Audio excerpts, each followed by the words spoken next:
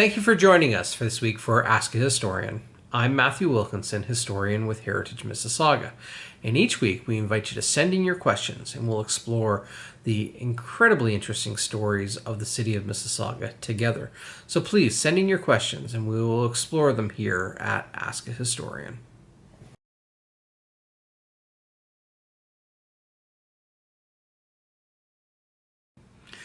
Hello, Mike, and thank you for your question on the story of the Lakeview Aerodrome, what was originally known as the Long Branch Aerodrome, the first aviation school in Canada, and located within what is today the city of Mississauga. So Canada's first aerodrome was located right here in Mississauga in the Lakeview community, although they named it in reference to nearby Long Branch from Etobicoke in Toronto.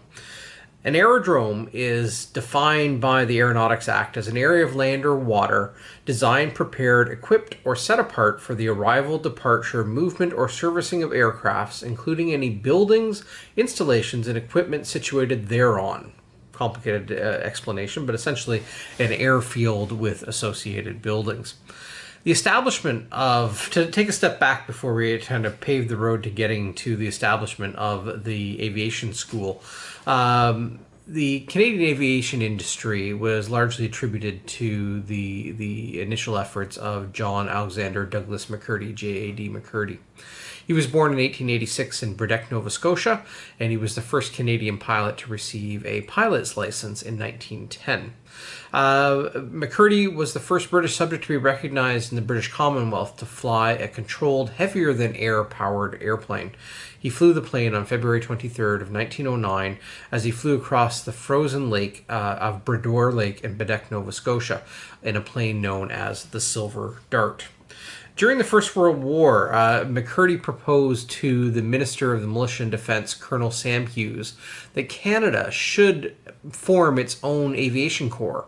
As an executive consultant of the Curtiss Aeroplane Company based in Toronto, McCurdy suggested that Canada's air service would be supported by a home private manufacturing business or industry based out of the Curtiss Aeroplane and Motor Company. In conjunction with the Curtiss Company, they would offer flight training schools to instruct Canadians how to fly the aircrafts that would be built here at home. Hughes initially approved the idea, but lacked the financial ability to support it any further during the war, the build-up to the war effort for the First World War. So Hughes passed McCurdy's proposal on to the Canadian Prime Minister Robert Borden. However, McCurdy, after gained an interview with Borden on the subject, Borden denied the proposal, largely balanced against the costs associated with forming that type of industry. McCurdy's idea or brief eventually ended up with the British Admiralty and the British War Office in February of 1915. Lord Kitchener, who was the Secretary of State for War in Britain, had assigned the recently formed Royal Naval Air Service with the responsibility of defending the British Isles from any possible air attack.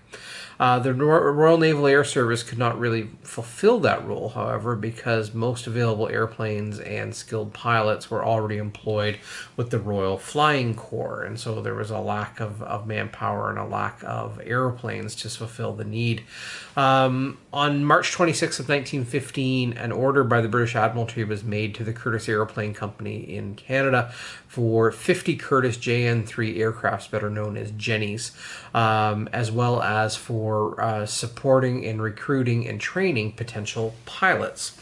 Recruitment for the Royal Naval Air Service and the Royal Flying Corps here in Canada was advertised in newspapers. Those eligible to qualify had to be between 19 and 23 years of age, with a maximum age limit of 29 years old. In addition to that criteria, eligible candidates had to be British subjects of what was called pure European descent. Those who satisfied the criteria also had an interview and a medical examination. Pilots were expected to pay their own way. This is not a government-funded entity in its outset. The Curtiss Aviation School ran by the standards of the Aero Club of America in the United States, which was and it involved 400 minutes flying time for the cost of $400 per student. More than half of those accepted at the Curtis Aviation School were from Ontario, a large number from the Greater Toronto area, what we refer to today, with a small number from right here at home from historic Mississauga. Initial training of 200 minutes was conducted on the Curtis Model F flying boats at Hanlan's Point and Toronto Islands, followed by another 200 minutes at the airfield prepared in Lakeview of flying the Curtis JN3 Jennies. McCurdy had surveyed several locations before obtaining permission from the militia department for using the Long Branch rifle ranges, and an airfield was prepared in the May and June of 1915, with the school opening in June of 1915. The location was 18 kilometers west of downtown Toronto along the shores of Lake Ontario, and the Long Branch Aerodrome and the Curtis Aviation School located thereon was located within Lakeview, what is now the city of Mississauga, and became Canada's first aerodrome. A corrugated metal covered hangar was completed in early June of 1915 on the east side and the north end of the Long Branch airfield. On July 11th of 1915, the first two pilots graduated from the Curtis Aviation School. They were Strawn Inch and Homer Smith of Toronto. The following day, that was July 12th of 1915, three more pilots passed their test. Douglas Hay of Owen Sound, Grant Gooderham of Toronto, and Innes Van Nostren of Somerville, which is right here in Mississauga. Five more pilots qualified on July 20th, and by August, the first 10 graduates of the program were in England for additional training before going into service with the Royal Naval Air Service and the Royal Flying Corps. The Royal Naval Air Service and the Royal Flying Corps received a small but steady number of trained pilots during the summer and fall of 1915. The Curtis Aviation School at Long Branch continued until closing for the winter in December of 1915. It reopened for its second and final season in May of 1916. Both the Royal Naval Air Service and the Royal Flying Corps had dropped the requirement in mid-1916 for a pilot license. They were taking raw recruits and training them for flight service overseas. Training ended at Long Branch on December 15th of 1916, and ownership was transferred to the Imperial Munitions Board of the Canadian government. During the 2 seasons, the Curtis Aviation School produced a total of 261 graduates. 108 pilot graduates served in the Royal Naval Air Service, and 21 graduates served with the Royal Flying Corps. So not everyone who graduated did make it overseas and serve, but a number of them did.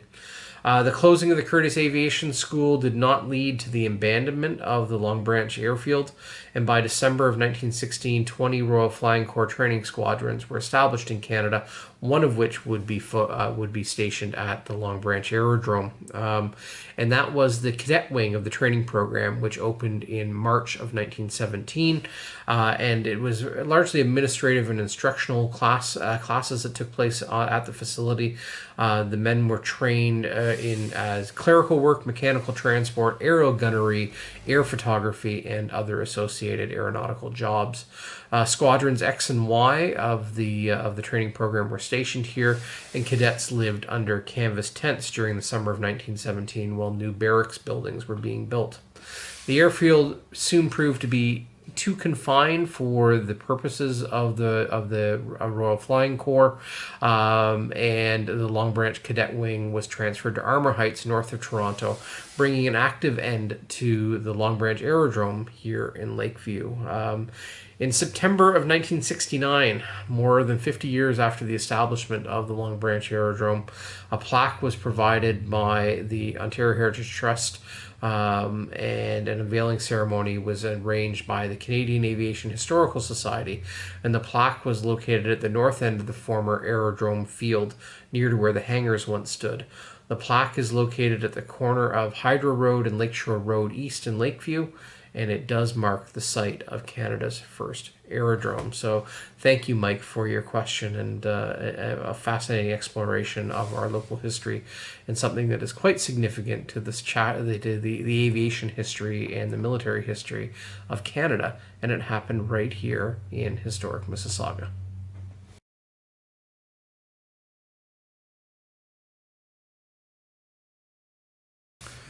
Thank you for the question, Elaine. You're wondering about the Revere House and its location. It's actually one of those historic buildings that we have a lot of pictures of, but very little remembrance on the landscape about it. It was a significant landmark in the Cooksville area, and specifically the Revere House was located at the northwest corner of what is today Dundas Street West and Hurontario Street.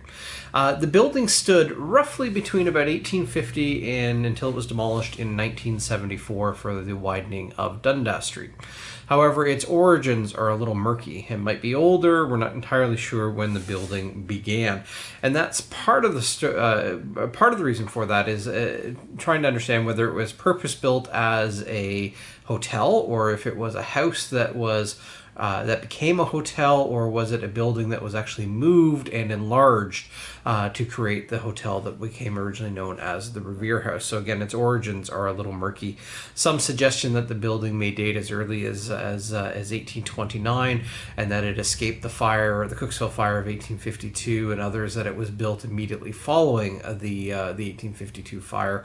Not entirely sure of when it began, but regardless, the house itself, the building, the Revere House, was built by the Walter House family, and just not sure which generation of Walter Houses built it, but it's largely attributed to Edway Walter House, who is believed to have enlarged and opened a hotel here in 1891. Again, the building itself probably somewhat older, and that when the hotel was opened, a second story was added along with a balcony, and there are ghosts of the balcony on some of the historic pictures as well, and that the building was then covered in a brick veneer over the entire building to create kind of a unified front to it.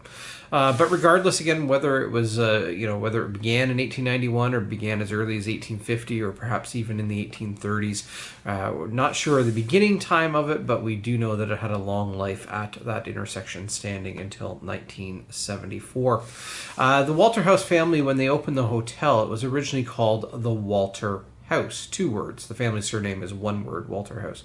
But they later adopted the name of the Revere House in the 1890s. It continued in a kind of commercial presence, not always a hotel. It became a general store later, and then home for a short period of time to the Sterling Union Bank in 1907. Later home to a lawyer's office, and in 1911, Bell Telephone's first local exchange for Toronto Township, now Mississauga, was located in the Revere House. The Revere House then in the 1920s became home to Ward's Rexall drugstore, and so a lot of the pictures we have of the building show it from that time when it was operated by Alfred P. Ward. Ward later purchased the old Cooksville House Hotel right across the street on the northeast corner, and he moved his building into that location out of what was formerly the ice cream parlor. The Revere House then was occupied by a succession of owners, including some jewelry stores, a beauty salon, and a menswear shop. Gradually, it faded into obscurity, and in the later part of its life, it was covered in a new veneer. Kind of that historic charm of the building kind of disappeared under a new layer on the exterior of the building, kind of gradually becoming quite obscure, and eventually, without a great deal of fanfare, was torn down in June of 1974 for the widening of Dundas Street and the creation of a new turn lane off of Hurontario Street. And so that was the end of a remarkable landmark in the Cooksville area, something that really anchored those historic four corners into the history of that community, and kind of the history of the people who interacted with that space, the comings and goings of travelers, hotels, and the like. And sadly, the Revere House is no more, but we do have pictures that help recall the splendor and the grandeur of the building that once graced the northwest corner of Dundas Street and Hurontario Street. So, Elaine, thank you for your question on the Revere House, and keep being curious about our community history and trying to place those photographs as to where they once stood on the landscape of what is now the city of Mississauga. Thanks.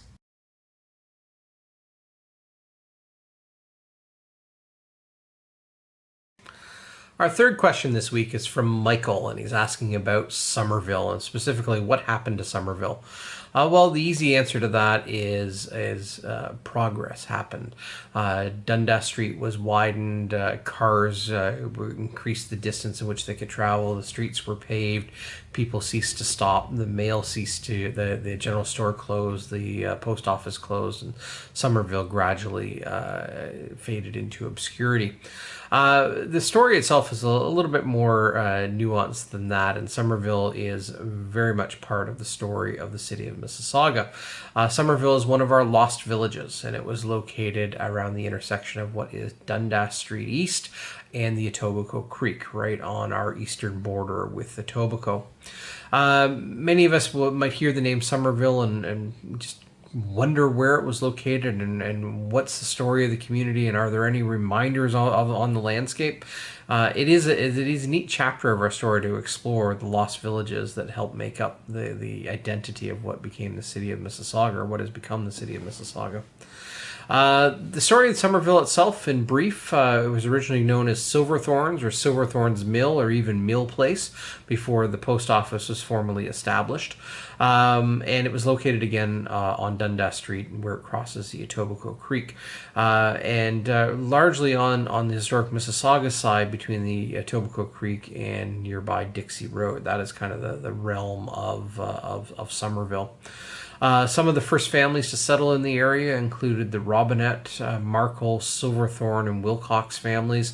And there's a small sawmill established on the creek, first operated by Abraham Markle and later taken over by the Silverthorne family.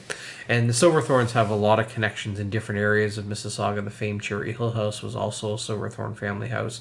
There were Silverthornes up in the Meadowvale area as well. They're all related. Quite a remarkable early settling family in this community, many of whom were buried at Dixie Union Cemetery at the corner of Cothra Road and Dundas Street.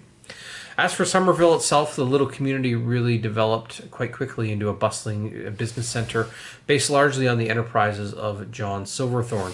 In 1816, he had opened a blacksmith shop, and in the 1820s, he established a saw and grist mill on the Etobicoke Creek just to the north of Dundas Street. Mill Street on the Etobicoke side actually takes its name from a reference of servicing Silverthorne's mill at Somerville. John Silverthorne's son Aaron, who was a veteran of the War of 1812, followed his father's footsteps in running the mills. The farm itself, the family farm, was referred to as the Mill Farm, and is now part of the site of a golf course on the Etobicoke side. Aaron's son Newman bought a large farm on the south side of Dundas Street, expanding the family's holding. And Newman's son Gideon built a steam sawmill here in 1917, although the fluctuating water levels in the Etobicoke Creek led to a very quick abandonment of that project. The Silverthorne family is widely known in historic Mississauga, particularly, again, as mentioned in reference to the Cherry Hill House, which was the home of Aaron's brother, Joseph Silverthorne. The little community was officially named Somerville when the post office opened on July 6th of 1851. Although the origin of the name itself is unknown. The first postmaster was James Telfer, followed by William Ward, William O'Brien, Paddy McLaughlin, and Angus Mitchie, amongst others, over time. In 1818, Thomas Silverthorne opened an inn on the northwest corner of what is today South Creek Road and Dundas Street, and the inn was later renamed the Wayside Inn, and then eventually the Somerville Hotel. This inn stood until the widening of Dundas Street in 1965. Other things in the community, there was the O'Briens also operated in Somerville, and there was also the Cooper Shop, a chair factory, and a wagon manufactory located. The Sabiston wagon manufactory was also located in Somerville. There were two blacksmith shops in addition to Silverthorne's grist mill and sawmill. Taverns, two schools nearby, a Methodist church, the Sabiston, as I mentioned, the Sabiston Carriage Works, and a general store, and a population of about 100 people by the 1880s. In 1867, just west of the creek and north of Dundas, the community added a new blacksmith shop by Isaac Wilcox, which was built by a Mr. Vokes, a master stonemason. In 1907, Robert Parton bought the blacksmith shop and operated it until 1958, when its anvils were silenced, becoming the last operational blacksmith shop in historic Mississauga. And the building stood until 1979. And you had most of Somerville has disappeared over time. There's very few remnants of it, unless you have some place names that survive. The landmarks are largely gone to this day. Some of the vestiges that survive include the famous Silverthorn Bush south of Dundas, south of Burnhamthorpe, and east of the creek. Mill Road in Etobicoke and South Creek Road in Mississauga follow the Given Road laid down by John Silverthorn in the 1820s to aid farmers in bringing business to his mills. A nearby road carries the name of Somerville Court, and some of the other names of early families in this area are remembered nearby. Names like Alderson, Brown, Clarkson, Faulkner, Markle, Pallet, Shaver, Shunk, Silverthorn, and Wilcox, amongst many others. So although Somerville has largely disappeared from our landscape, it is very much part of one of the chapters of the story of Mississauga and our lost villages that help make up the what we know today as the city of Mississauga. So Michael, thank you for your question and for exploring historic Somerville with us. Thank you for spending some time with us here at Ask a Historian. Please remember to send in your questions and we'll explore the fascinating histories of the city of Mississauga together in future episodes.